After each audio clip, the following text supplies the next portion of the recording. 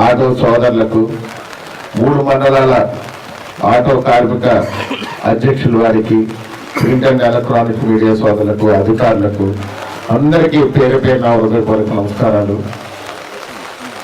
Auto డ్రైవర్ల సేవలు అనే కార్యక్రమం ద్వారా గత ప్రభుత్వం కంటే కూడా భిన్నంగా ఉండాలని, గత ప్రభుత్వం కంటే మెరుగైనటువంటి విధానంతో మీకు సంక్షేమం అమలు చేయాలని గౌరవ ముఖ్యమంత్రి శ్రీ నారా చంద్రబాబు నాయుడు గారు గత వైసీపీ ప్రభుత్వంలో కేవలం 10,000 ఇస్తే ఈరోజు ఆ 10,000 సరిపోదు, ఖర్చులు పెరిగినాయి కాబట్టి వీళ్ళందరూ కూడా ఆటో డ్రైవర్లు బాగా చూసుకోవాలన్న ఒక మంచి దృఢ సంకల్పంతో ఆయన ఆర్థికపరమైన ఇబ్బందులు ఉన్నప్పటికీ 15,000 రూపాయలు ఆటో డ్రైవర్లకి ఇవ్వడం అనేది చాలా సంతోషకరమైన విషయంగా నేను మీ అందరికీ కూడా తెలియజేస్తున్నాను. దసరా వెళ్ళింది, దీవాళి వచ్చింది, కానీ దీవాళి వస్తా ఉంది, దసరా వెళ్ళింది, కానీ ఆటో డ్రైవర్ కుటుంబాల్లో మాత్రం ఈరోజు బ్రహ్మాండమైన పండుగ వచ్చింది. కాబట్టి రాజనగర్ నియోజకవర్గ ఆటో సోదరులందరి తరఫున కూడా గౌరవ ముఖ్యమంత్రి శ్రీ నారా చంద్రబాబు నాయుడు గారికి నా హృదయపూర్వక ధన్యవాదాలు తెలియజేస్తున్నాను. అలాగే ఆటో డ్రైవర్ల కుటుంబాలందరికీ కూడా నా శుభాకాంక్షలు తెలియజేస్తాను. ఎందుకంటే ఒక మంచి సంక్షేమం మీకు అందుతుంది కాబట్టి. ఇంకా మన చౌదరి గారు చెప్పినట్టుగా చిన్న చిన్న ఇబ్బందులు ఏర్పడుతున్నాయి, కానీ గతంతో పోల్చుకుంటే పోలీసుల వల్ల ఆటో కార్మికులకి ఇబ్బందులు బాగా తగ్గినాయని చెప్పాలి. గతంలో ఒక పార్టీలు అనేది వాళ్ళు పెట్టుకొని తెలుగుదేశం, జనసేన దానికి సంబంధించిన సానుభూతి పనులు ఆటోలన్నీ కూడా చాలా ఇబ్బంది పెట్టారు. ఇప్పుడు ఏ పార్టీ వాళ్ళని కూడా ఇటు పోలీసులు ఇబ్బంది పెడతలేదు, అలాగే రవాణా శాఖ వారు కూడా మిమ్మల్ని ఎవరిని ఇబ్బంది పెట్టట్లేదు. ఎక్కడైనా చిన్న ఇబ్బంది వస్తే కూడా నా దృష్టికి తీసుకొస్తే దాన్ని సరిచేసుకోవచ్చు. అలాగే ఫిట్నెస్ సర్టిఫికేట్స్ విషయంలో కూడా ఏదైనా కొంచెం ఇబ్బందులు ఏమైనా ఎదురైతే కూడా ఖచ్చితంగా ఫిట్నెస్ సెంటర్స్ వాళ్ళు మీకు హెల్ప్ చేయడానికి సిద్ధంగా ఉన్నారు. అలాగే ఆ యొక్క ఫిట్నెస్ ఛార్జెస్ ఏదైతే ఉందో, సర్టిఫై చేసే ఛార్జెస్ ఏదైతే ఉందో వాళ్ళ కూడా ఇప్పుడు తగ్గించి తీసుకోవడం కూడా జరుగుతుంది గతానికంటే. సో కాబట్టి మీరు ఆ యొక్క అవకాశాన్ని వినియోగించుకోవాలి.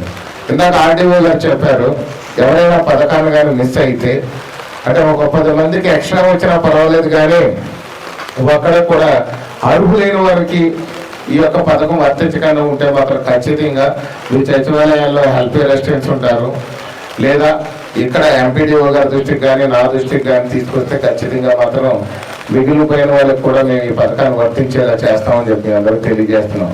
ఎందుకంటే దీంట్లో పెండింగ్ చలానాలు ఉండిపోతే అది లిస్టులో కనిపించట్లేదు, యాప్ తీసుకోవట్లేదు.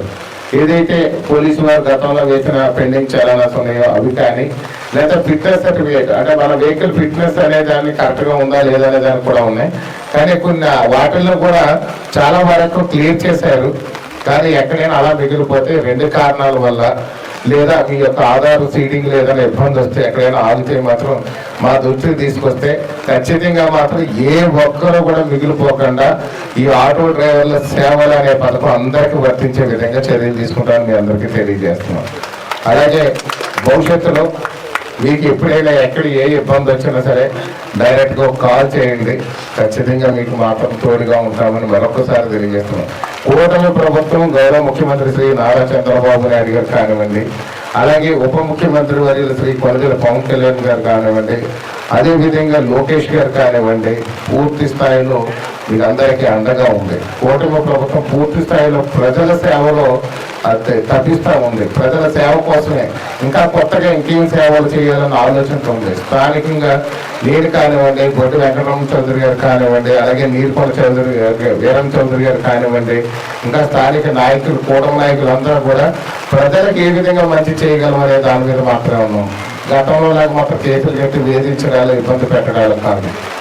అదే విధంగా చేస్తే ఆటో డ్రైవర్లు చాలా మంది అప్పుడు ఈ యొక్క బస్సులు ఫ్రీ బస్సు అనే విషయాన్ని రాగానే కొంచెం ఇబ్బంది పడ్డారు. కానీ మీ పాసెంజర్స్ ఎక్కడికే పోరు, ఫ్రీగా వెళ్ళే వాళ్ళు, డబ్బులు ఇచ్చి బస్సు ఎక్కిన వాళ్ళు మాత్రమే ఈరోజు ఫ్రీగా ప్రయాణం చేస్తారు. కానీ స్టార్టింగ్లో కొంచెం కొత్తగా పెడతారు, కానీ ఆ రేషన్ అది తట్టుకోలేక మీ యొక్క పాసెంజర్స్ మీకే ఉంటారని ఆటో కార్మికులందరికీ మరొకసారి తెలియజేస్తున్నాను. మీ ఆటో ఎక్కిన వాళ్ళు ఎవరో కూడా ఎక్కడికి ఎక్కరు. కార్లు వెళ్ళేవాడు కార్లోనే వెళ్ళాలని చూస్తాడు, బైక్ మీద వెళ్ళేవాడు బైక్ మీద వెళ్ళాలని చూస్తాడు, బస్సులు వెళ్ళేవాడు బస్సులో వెళ్ళాలని చూస్తాడు. ఆటోలు వెళ్ళేవాడు మాత్రం ఎప్పుడు ఆటో కస్టమర్, ఎప్పుడు కూడా ఆటో కస్టమర్లు పెరుగుతారు, తరగరు ఎప్పుడు. ఆర్టీసీ కస్టమర్లు తగ్గుతారు. 4 రోజులు వెళ్ళిన తర్వాత వాళ్ళ గమ్యస్థానానికి ఎక్కడికి వెళ్ళాలో అక్కడ చేరుకోలేరు, మళ్ళీ అక్కడి నుంచి మళ్ళీ వాక్ చేయాలి, కొంత దూరం నడిచి వెళ్ళాలి. కాబట్టి బస్సు అనేది టైమింగ్ ప్రకారం వస్తుంది. కానీ ఆటో వాళ్ళు అలా కాదు, ఆలోచన రాగానే ఆటో వస్తుంది, అవసరమైతే ఆటో వచ్చేస్తుంది. కాబట్టి అవసరమైన చోటికి తీసుకెళ్తారు. ఒక హాస్పిటల్కి వెళ్ళాలి అని అంటే మీరైతే దగ్గరుండి జాగ్రత్తగా తీసుకుని వెళ్ళి హాస్పిటల్ తీయించుకుని వెళ్ళిన తర్వాత అక్కడ టెస్టులు రాసుకుని ట్యాబ్లెట్స్ రాసుకుని డాక్టర్ గారు చూసిన తర్వాత మళ్ళీ ఇంటికి తీసుకొచ్చి ఇంటి దగ్గర తీస్తారు. ఈ కస్టమర్ ఏ బస్సులో వెళ్ళండి ఎప్పటికైనా. అపోహలకు మాత్రం తావివ్వకండి. ఎందుకంటే లేని ప్రతిపక్షాలు లేని హోదా లేనటువంటి ప్రతిపక్ష నాయకులు కొంతమంది ఆ యొక్క పాయిజన్ వేయడానికి ట్రై చేస్తారు. మీ కస్టమర్ ఎక్కడికి పోవడం, బైకులు ఎక్కువ వాళ్ళు ఎప్పుడు కూడా ఫ్రీ బస్ కాదు కదా, బస్సు ఎక్కితే 100 ఇస్తానంటే కూడా ఆ బస్సు బండి మీద తీసుకెళ్ళమంటే ఎవరే బాబు కొడుకుని పిలిస్తే తల్లి బండి మీద కొంచెం దించేలా అంటది కానీ బస్సు ఎక్కదు. అలాగే మీకు కూడా మీ కస్టమర్ కూడా ఆటో చాలా కంఫర్ట్గా ఉంటుంది. హైదరాబాద్లో ట్యాక్సీ తీసుకుంటాడు, ఓటీపీ అంటాడు, ఆటో ఎక్కేస్తే ఎక్కడ కావాలంటే అక్కడ మన అడ్రస్ తెలియక్కర్లేదు. ఒక ఆటో కార్మికుడికి నేను సో ప్లేస్కి వెళ్ళాలి అంటే డైరెక్ట్గా తీసుకెళ్తాడు. సో ఆ కంఫర్ట్ని బాగా అనుభవించిన వాడిని నేను. కాబట్టి ఆ కంఫర్ట్ ఎవరు వదులుకోరు. మీకు ఆటో వాళ్ళకి ఎవరికీ కూడా అన్యాయం జరగదు, నష్టం రాదు. ఖచ్చితంగా ప్రభుత్వం కూడా మీ పక్షాన పనిచేస్తుంది. కస్టమర్లు తగ్గుతారనేది ఒక అపోహ. బస్సులో వెళ్ళే మహిళలు ఎవరైతే ఉన్నారో వాళ్ళు మాత్రమే గతంలో డబ్బులు ఇచ్చి వెళ్ళేవారు బస్సులోనే, అది ఫ్రీగా వెళ్తున్నారు తప్ప మీ కస్టమర్లు ఎవరే ఎక్కరు.